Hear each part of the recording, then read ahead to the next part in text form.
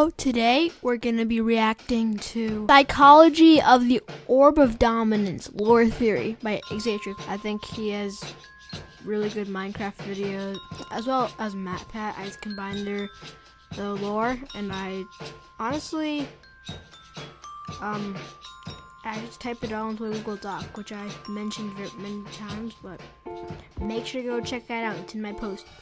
Anyway, here's the video.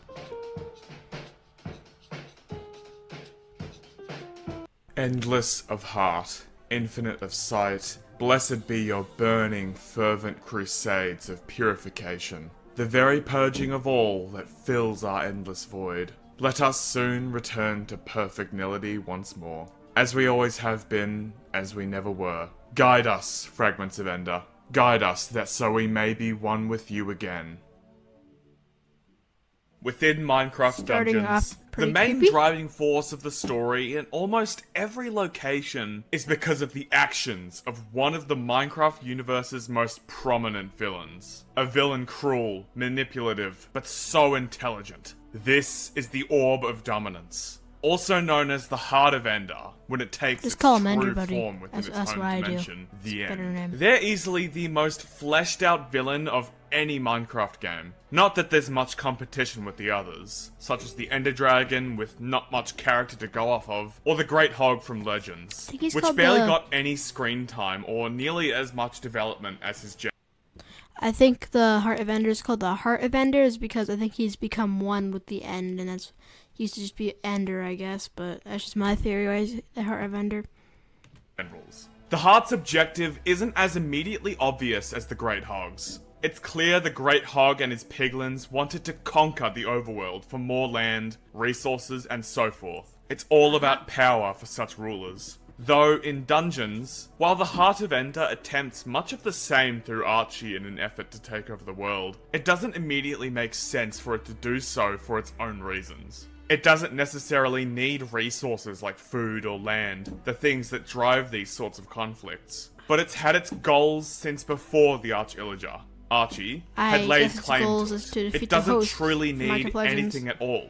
Its final intentions remain mostly unknown. The way it exists outside of its homeworld is completely different from its perfect form. Its otherwise massive stature is condensed into an orb that you could easily hold in the palms of your hands. The Eyes of Ender in Minecraft Dungeons seem like they could...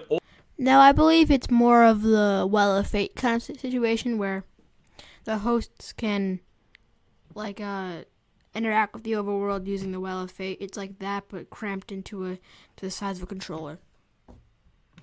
Also be the same in this regard, never being seen in the end levels of the Echoing Void DLC, nor even in the form of Ender chests in dungeons, which otherwise are present in the vanilla End cities. Now a relic of old Minecraft development. Please update the End emoji! It's a very particular choice to omit their presence from the End itself. Today, we won't just be covering the Orb's timeline, but also diving into its psychology as a character. As in how certain events it has experienced would have shaped its later actions and perceptions. Its thought process, its relationship with the Enderman, the Eyes of Ender, and even a bit more that we have gleaned from the very concept of the broken god Ender. Simply put, we have compiled real psychological research and attributed it to a screaming Enderman cube. We are truly revolutionizing the Minecraft content space with this one. If you enjoy the video, consider liking and subscribing. To start off, we need to mention the origin. When you say God, I think it's a host from Minecraft Legends, like you said, because it had 3 eyes, and Action has 1, Knowledge has 2, so it's like, yeah, I think it's pretty cool why he has 3 eyes, because Foresight has 4, so it's like 1, 2, 3, 4 eyes. Stop yapping. Of the Eyes of Ender and the Heart of Ender to better comprehend their standing within the End and its cosmic hierarchy. Lots of details which we've covered previously within the games point towards a long-gone godlike entity, with the eyes and heart once being part of the same whole. Fragments of a being known as Ender, now shattered as a result of a certain event that fragmented this great deity across their own world. The hearts and eyes are currently what we have seen so far of its remains, though there certainly may be more out there. Being the pieces of a deity, now as their own separate entities, they seemingly acted as authoritative figures in the end. Their symbols and visages are engraved and shaped into all sorts of decorative depictions. The eyes can be seen around the stronghold, for example. Their visage inscribed onto the doors, wooden murals, the eye armor trim found in the strongholds of Vanilla, on the sides of staircases in an end city, the banners of the Citadel. I get why, like, you know how you know how all the stuff in the end in Minecraft Dungeons is so cool, but we don't have it in vanilla Minecraft. I get it, because my theory, well, I guess MatPat's theory is all the stuff like died out, and now we just have a wasteland of an end. But the stronghold's different, so why don't we have a giant stronghold like we do in Minecraft Dungeons? It doesn't make sense. The floors of the Citadel courtyards, and even the End Shrine, a place that was once of worship in the End. The Heart's visage is seen throughout the monstrosity designs, sharing the same formation of horns, three eyes, and a pronounced jaw. These machines were made in their image.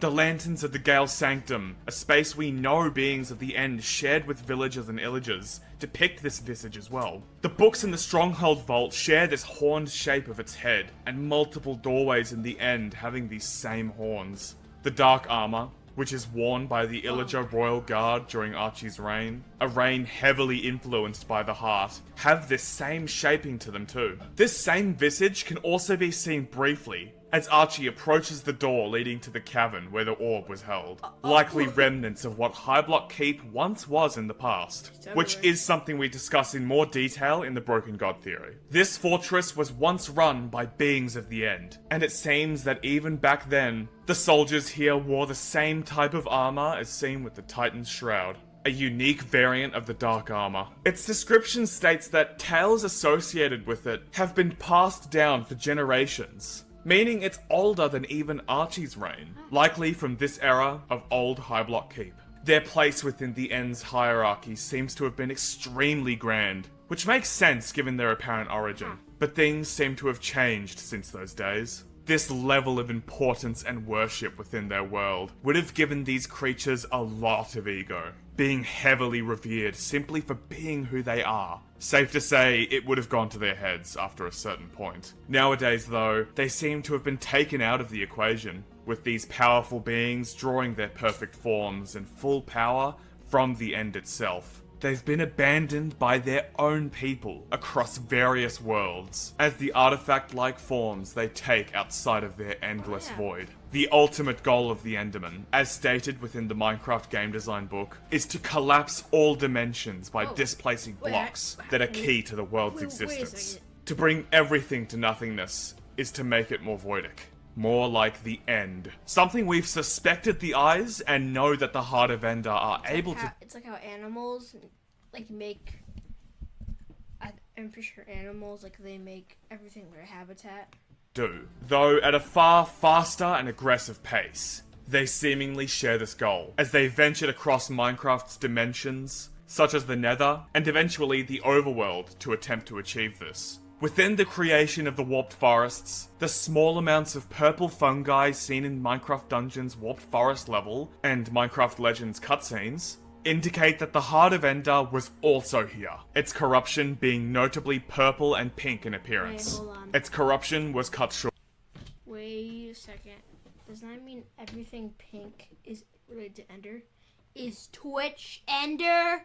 It seems. With far fewer corrupted fungi existing than there exists entire forests worth of warped fungi. Most likely, it was taken, stolen by the Seer. As mentioned in the Fallen Heroes theory, this magic-wielding piglin uses incantations and motions when using the orb, movements akin to the Iceologer or other magic-wielding mobs, even whispering as they utilize its power. If the orb was willing in its use of magic, it would simply cast such spells with something as simple as a wave, as seen with Archie on multiple occasions, including in the novel. These conjurations seem to force the orb to behave as they see fit, but hurting the Seer in the process, as they scream in pain when holding it out directly. Though the orb itself is also extremely rigid in its rotations, as if being restricted before being promptly put away. It's far from a healthy relationship. The Heart of Ender was being kept as what was essentially a hostage of sorts during the events of Legends,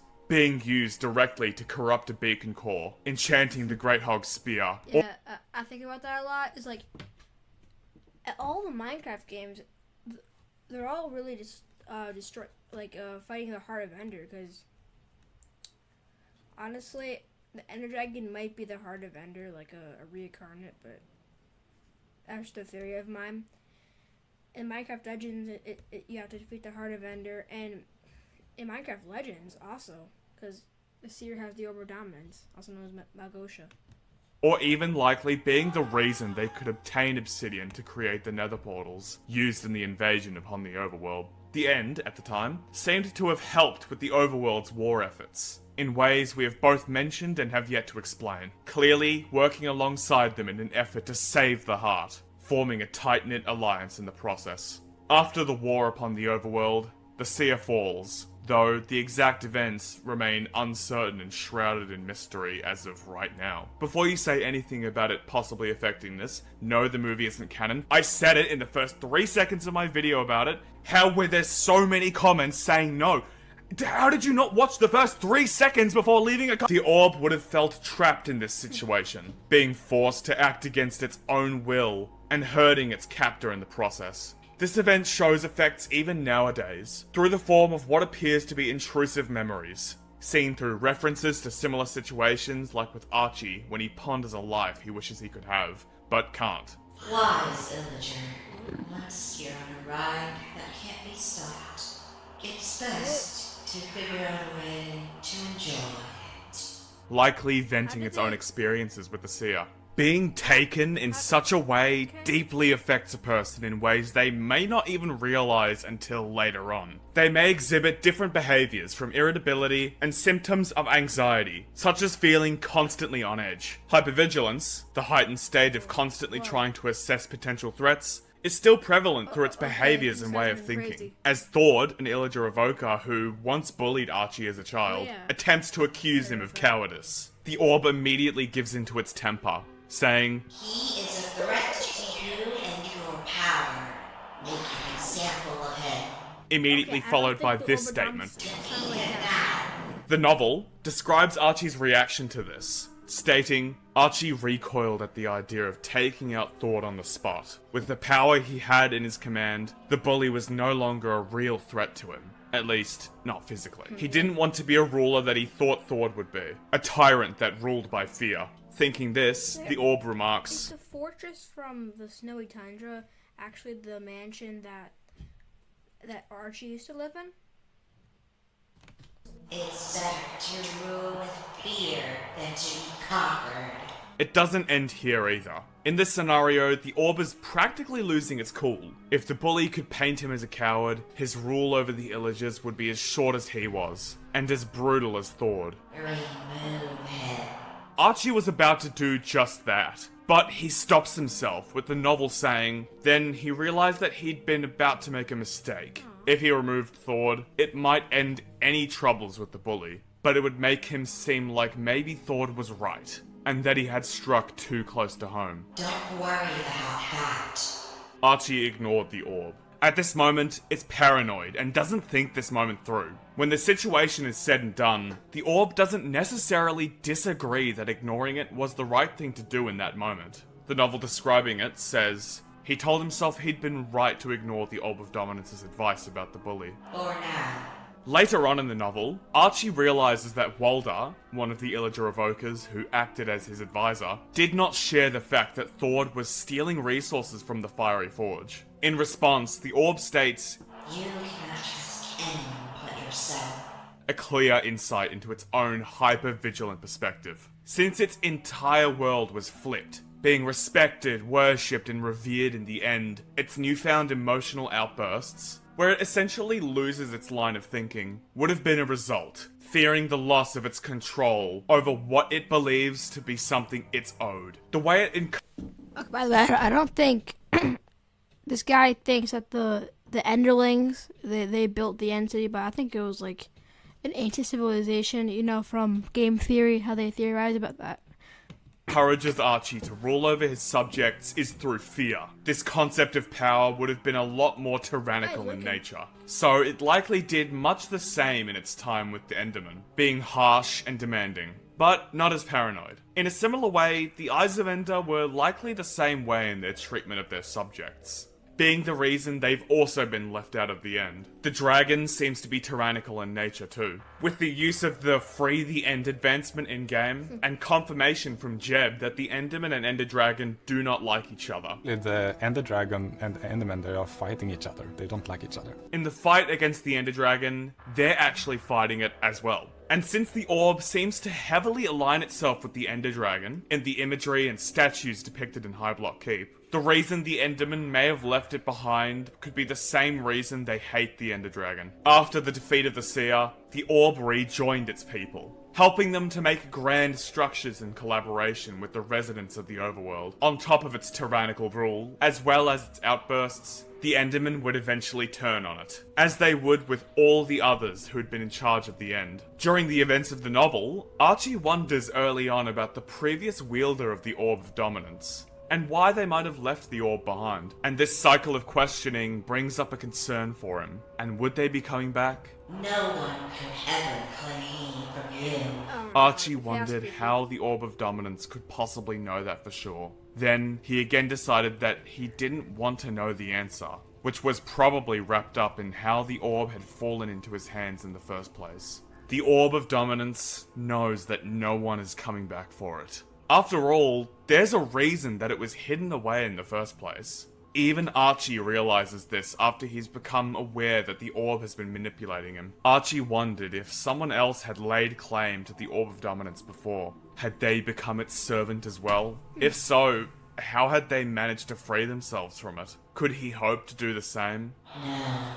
Of course it would say that. It lost everything. Everyone who it ruled over, who used to worship them just for being who they are, the Heart of Ender, deserted them. That's why it chose Archie, someone easy to manipulate, someone physically weak who would come to rely on it, someone who could be driven into a corner from the power he'd have, forced to fulfill the role the Heart of Ender had given him, someone who couldn't just leave it behind like the Enderman. Being abandoned and socially rejected by its own people would have also had a toll on the orb's state of mind. Abandonment issues may manifest in a variety of different ways, among different people. Feeling a need to maintain control upon others is obvious in the case of the Archillager. Panic and constant worry shows up multiple times through its Alright, this is a long video, so I'm thinking I'm just end it there. There will be a part 2 of this. Trust me, there will be a part 2. There will be a part 2!